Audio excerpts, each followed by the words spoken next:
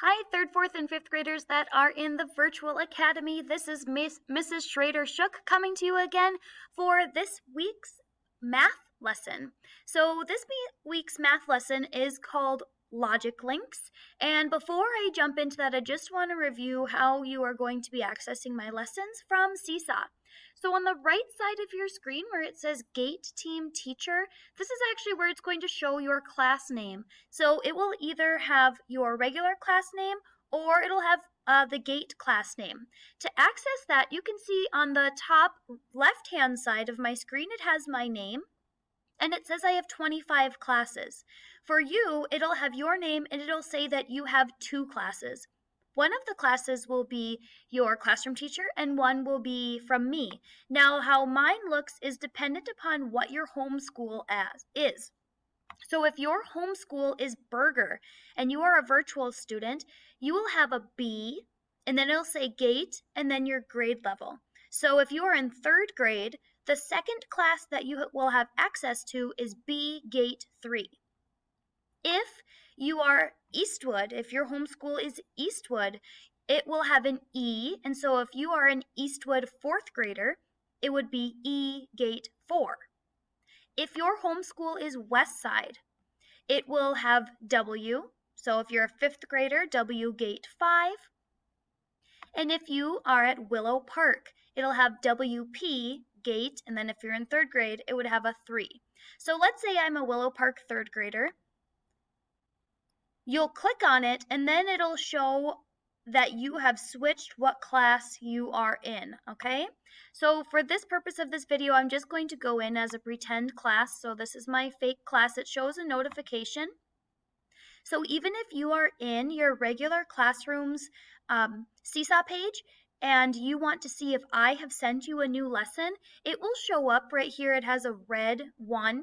That's telling me that I have a notification. Now, it could be a notification from the class I'm currently in, or it can be from a different class that I have access to. So this will help notify you, but just remember the lessons that I send you will always come out on Mondays at 8 a.m., and you have that full week to complete them. All right, so let's take a look at what your activity looks like this week. And it is called Logic Links. So it'll have logic links when you go in to add your response. You'll go to add your response. It'll actually look like, it'll be called Logic Links Introduction. It will be assigned. It's September 14th. You have until September 21st to finish it. Okay, so I'll assign it to you, but let me just open up what you're going to be doing. Actually, hang on one second. Sorry. Okay, so you'll go in to add your response. You're going to select who you are. I'll just pretend my name is Brittany.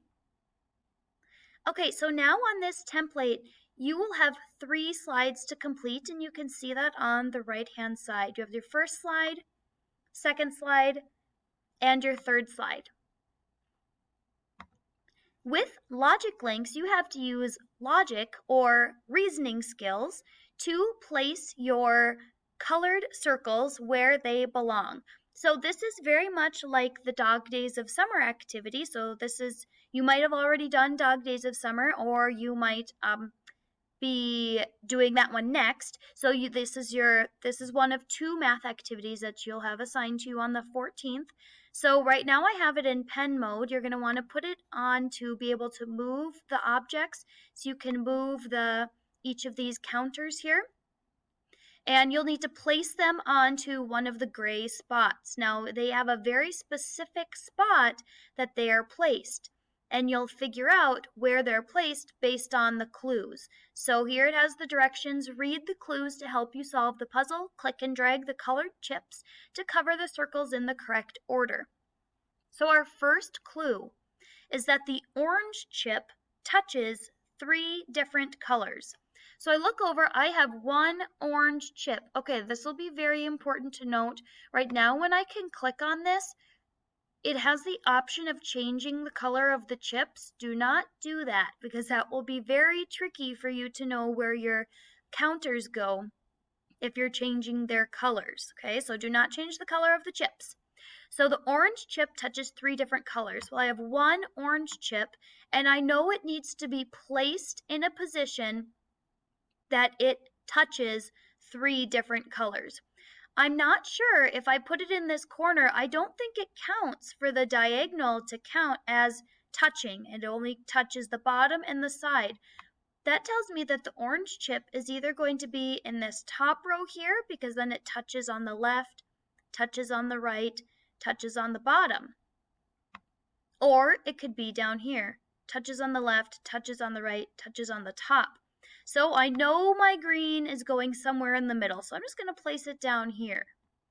I'm not going to do this whole thing with you, but again, I'm just kind of going through my thinking so you know how you could give you some ideas and how you could think through this activity. So then it says the red chips touch and the yellow chips touch. Okay, so that means wherever I put my red chip, my other red chip needs to touch it. It could probably touch here or here. Okay, and it has to be the same situation with yellow. I don't quite know where the chips go yet, so I'm just going to move on to the next clue. Each row has 3 different colors. Okay, we need to know what the word row means. Row means across. Column means up and down. So if each row has 3 different colors, that tells me that if the red and the yellow chips have to touch, that they must have to go up and down. And remember my orange? I know that my orange has to go in the middle, either the top or the bottom. So that means that since there can't be more than one color in a row, that my yellow must go on the outside. Now this might be wrong because the yellow might go on the left and the red might go on the right. Those might have to switch. Okay? I've gone through 3 of the 5 clues. Clue 4, the green chip is above the orange chip. Ooh, that gives me a hint. I am not going to show you where it goes though. And the yellow chip is directly to the right of the orange chip. All that will also help me figure out what side the red chips go on and what side the yellow chips go on. I am not going to finish the activity for you. But at first, if you are frustrated about where the chips go, remember the first clue and the second clue, I really didn't have a great idea of where my chips went. I had to reason through each clue and kind of move my counters around on my screen to move them to a place that made sense to me. So then as I read more clues, it became more and more clear where those colored chips would go. So your first slide has 6 colored chips.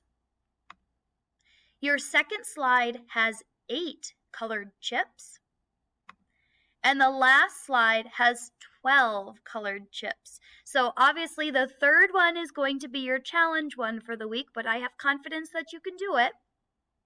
After you do all 3 logic links, you'll click the green check mark and that will get it submitted back to me. Now this is just a logic link introduction. I want you to do your best with it. We'll be sending more logic links out throughout the year. So as you keep doing them, you'll get better and better and learn some tips and tricks for what works best for you when you're figuring out your clues. Okay, so don't get frustrated if you can't figure it out right away. You have a full week to do it. Maybe you want to do one slide one day, another slide one day. It doesn't all have to be done in one day. You'll have summer, the dog days of summer, and the logic links. You have that full week, and they are due September 21st. All right, so have fun, and I will see you on September 21st.